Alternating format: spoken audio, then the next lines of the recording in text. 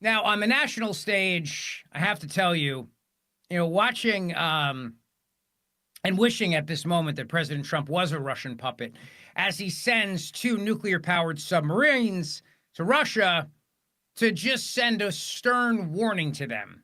Had me thinking, this is about the time right now where we kind of wish maybe he was a Russian puppet, huh? Because he doesn't like what Putin's doing, so he's not going to just sit back and do nothing because his whole philosophy is peace through strength. So he's sending a very large message to Vladimir Putin. And the message is, don't mess with us. I don't like your language. Cut the crap. All right? Cut the crap. So this is what he put out earlier today on Truth Social, and I'll share this with you. Based on the highly provocative statements of the former president of Russia, Dmitry Medvedev, who is now the deputy chairman of the Security Council of the Russian Federation, I have ordered two nuclear submarines to be positioned in the appropriate regions just in case these foolish and inflammatory statements are more than just that. Words are very important and can often lead to unintended consequences. I hope this will not be one of those instances. Thank you for your attention to this matter. See, Trump doesn't mess around. Unlike Biden, who would do nothing, Trump doesn't mess around. He makes it very clear. We're not just going to sit back here, all right? So you better cut the crap. What were the provocative statements, you might be wondering? Well, this guy, Medvedev, had taunted Trump directly in a post on X, saying each new ultimatum is a threat and a step towards war, because Donald Trump wants this war with Ukraine to end, and Russia doesn't want it to end, and Donald Trump is not a Russian puppet, so he wants it to end, and Russia doesn't like that. So Trump is doing things to get Russia to end the war, and Russia doesn't like that. And since Trump is not a Russian puppet, despite years and years of the left telling us he was, they're now taunting us, and Trump doesn't play that game. So he's turning around and going, oh, okay. Oh, you want to taunt me? That's fine. You can taunt me. Well, I've ordered two nuclear submarines to be positioned in the appropriate regions, just in case these foolish and inflammatory statements are, more than that. He had threatened Russia with secondary sanctions if Moscow does not stop its ongoing war in Ukraine by August 8th. And Medvedev wrote in his post that Trump should remember two things as he issues his threats on Moscow: that Russia isn't Israel or even Iran, and that each new ultimatum is a threat and a step towards war, not between Russia and Ukraine, but with his own country. Don't go down the Sleepy Joe road, Medvedev mocked. The former Russian president often makes aggressive remarks on social media and is less diplomatic toward the U.S. and Putin in his public comments. He served as president from 2008 to 2012 and was widely seen as a puppet of Putin, who at the time was only allowed to serve 2 terms in a row. While the Russian president has held off on commenting on Trump's upcoming sanctions, Medvedev has taken to X numerous times directly to condemn the threat. Now, if you remember back in 2012 when Barack Obama said to him, just let me get reelected and then, tell Vlad, like, we'll make, and then what happened? Russia invades Crimea. I know Johnny Cook doesn't like to hear that, but that's, Russia seized Crimea, retook Crimea, however you want to phrase it, Russia took action in the region. And then Trump becomes president, Russia does nothing. And then Trump leaves, Biden becomes president, and then they invade Ukraine. So now they're getting a staunch reminder that this is not a Democrat president. All right, we're not just going to let you do whatever the hell you want. It's not how we operate here. And you would think that would be like a big story, right? You would think that that would be a huge story. But in order to do that, the corporate legacy media would have to do 2 things. Number one, acknowledge how wrong it has been all these years suggesting that Donald Trump was a puppet of Putin. Number two, it would have to acknowledge that the United States is interested in strengthening the North Atlantic Treaty Organization, otherwise known as NATO, by making it very clear to Russia, we're a member of this group, we're making them pay more, but we're still a member of this group. You just can't mess around like this. That would be a big deal. Media is not going to do that. It doesn't want to do that. It doesn't want to acknowledge that. It does not want to acknowledge that Donald Trump is anything but really just a puppet of Vladimir Putin. So that's not going to be the lead story. Instead, they want to focus on jobs. Well, the president is blaming Biden's numbers guy and saying that he's lying. And the president is also saying that Jerome Powell needs to lower interest rates. And that when interest rates come down, we are going to see more hiring. I think that makes perfect sense. I know there's a lot of uncertainty around the tariffs. I get that. But I don't think it's all that. I think the fact that interest rates remain very high is playing a very big part in all this, obviously. And I also think that it's very obvious that companies are waiting to see when they can start borrowing money again at low rates. And I think if the Fed had cut interest rates by now, you would have seen more jobs because companies would have been able to take out more capital, would have been interested in maybe reinvesting some of their debt, maybe expanding. But instead, we're just being told it's because of tariffs, but we're not being told exactly why it's because of tariffs. Just uncertainty around tariffs. So what about uncertainty around interest rates too? Isn't it possible that maybe both things could be true at the same time? Maybe it could be a lot of factors at the same time.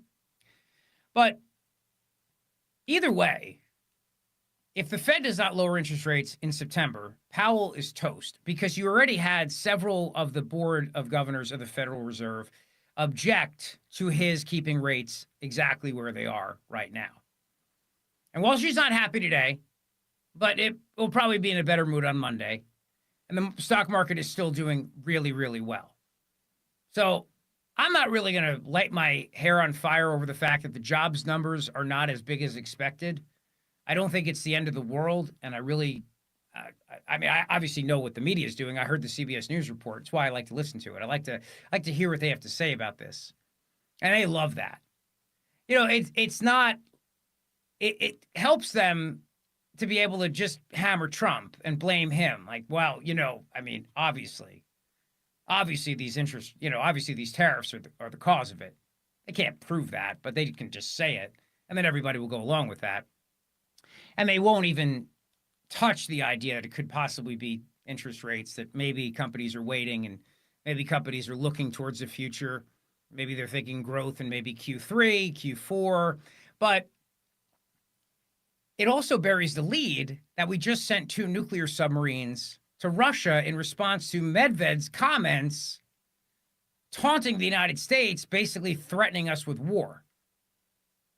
Which, of course, then would also go along with the other big joke around Russia, which is that Hillary Clinton and George Soros were together on the entire Russia collusion narrative, along with the FBI, along with the CIA, along with Barack Obama, James Comey, James Clapper, and John Brennan.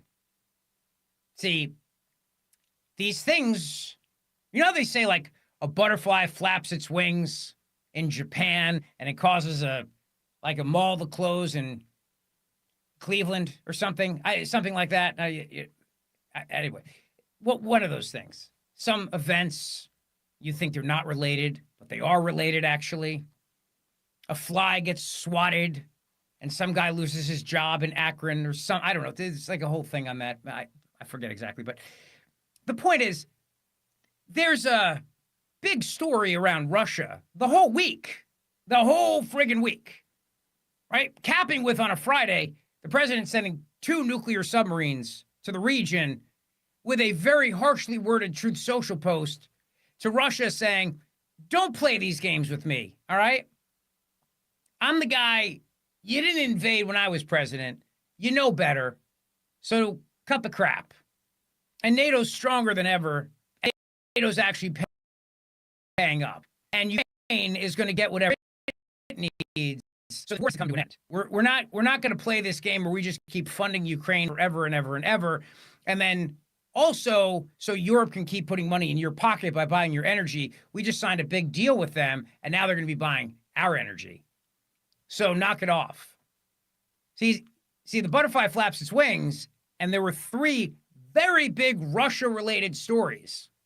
One being the trade deal the president reached with the EU, which then means that Europe now can buy and will buy energy from the United States of America and not from Putin. Number two, Russiagate was an entirely government manufactured hoax, along with the Clinton campaign and Soros's Open Secrets Foundation.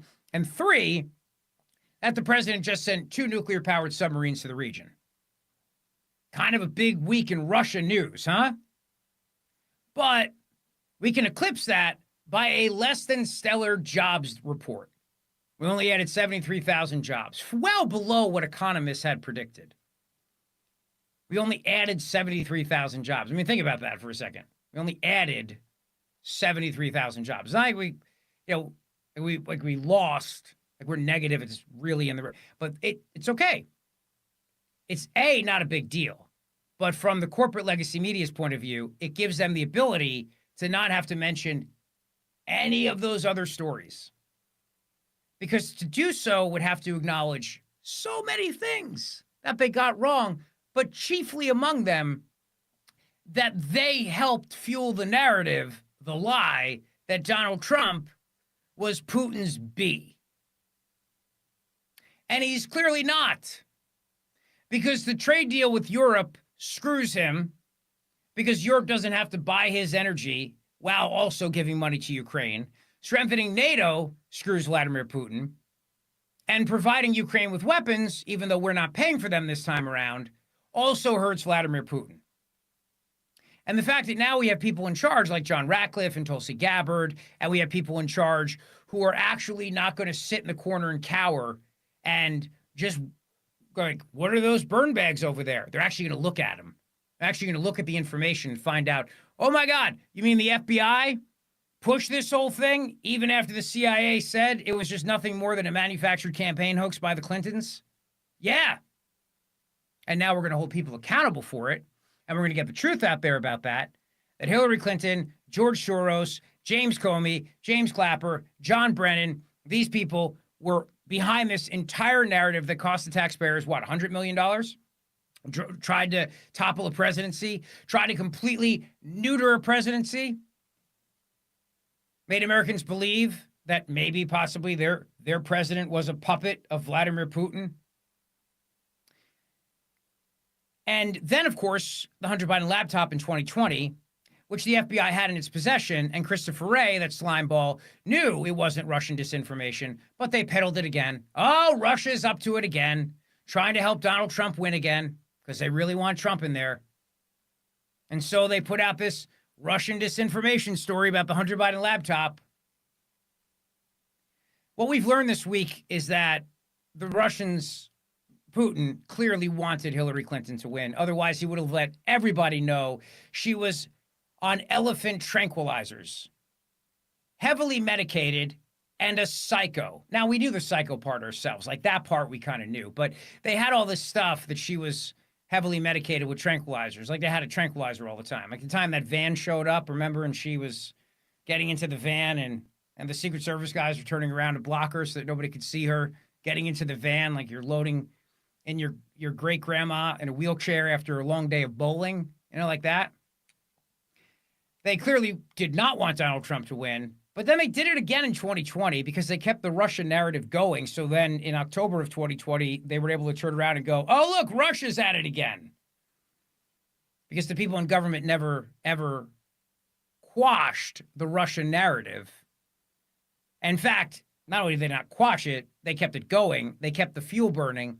And then they went to social media companies and said, now you better be careful, because at some point, at any point, could be now, could be tomorrow, could be today, could be 5 minutes from now, could have already happened. Russia's going to do something again. And when that happens, you'll know it, but just know it's Russia. New York Post story comes out with the laptop. Social media goes on complete lockdown along with the corporate media to say this is Russian disinformation, and we're not going to report about it. So that's where we are right now. After a very, very long week of revelations around Russiagate, the president giving Russia another deadline, a much sooner deadline, to end this war as he pursues peace and tries to end what has been a years-long conflict. But the media doesn't want to cover that. The media doesn't want to say Donald Trump wants war to end. He was supposed to be the madman who not only was going to be Vladimir Putin's bee, but was also going to be the guy that started World War III. Just a tyrant who was going to just, but let tyrants run wild at the same time. Remember, Hillary Clinton made it clear he would let Putin do whatever he wanted. He would end NATO, he would shut it down, let Putin run wild, run rampant, because he likes dictators and he wants to be one himself. So these dictators can do whatever. They got free reign. They're free reign dictators now, like free range beef, but not as tasty. Although I really can't honestly tell the difference. I really can't. You know what I mean? Like when they're like free range beef, I'm like, I would truly love to see a blind taste test. 2 steaks, 1 free range, 1 not, and just really see if you can tell the difference. You know what I'm saying? It's like, I don't know. I know I'm getting off on a tangent here. Just tend to think these things might be marketing. And then it's like, how much free range? Like an hour? All the time? Are they just always running in the fields? How'd you catch them? Were they like, can they go anywhere? Do they have literally free range? Go wherever they want? Can a butterfly flap its wings and a cow can free range it all the way to Boise, Idaho? I don't know. These are the questions that I wrestle with every day. But I do know this. It's been a week of understanding how our government perpetrated the biggest political conspiracy of our lifetimes. And Donald Trump, not only is he not Putin's puppet, he's standing up to Putin in a way the United States of America has not done since the first time he was president. Meanwhile, Kamala Harris is cackling like an idiot on a soon-to-be-canceled Late Show. 855-839-1210 on X, @Rich Zeoli.